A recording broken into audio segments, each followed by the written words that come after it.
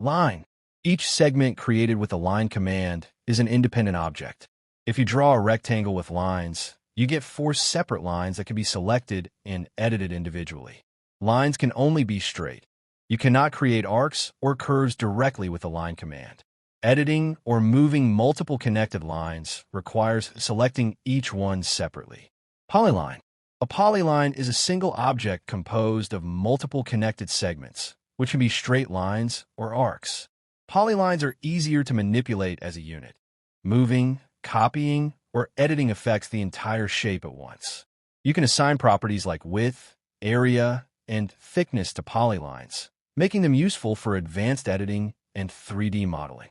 Polylines can be closed to form polygons, and you can convert lines to polylines using the pedit command.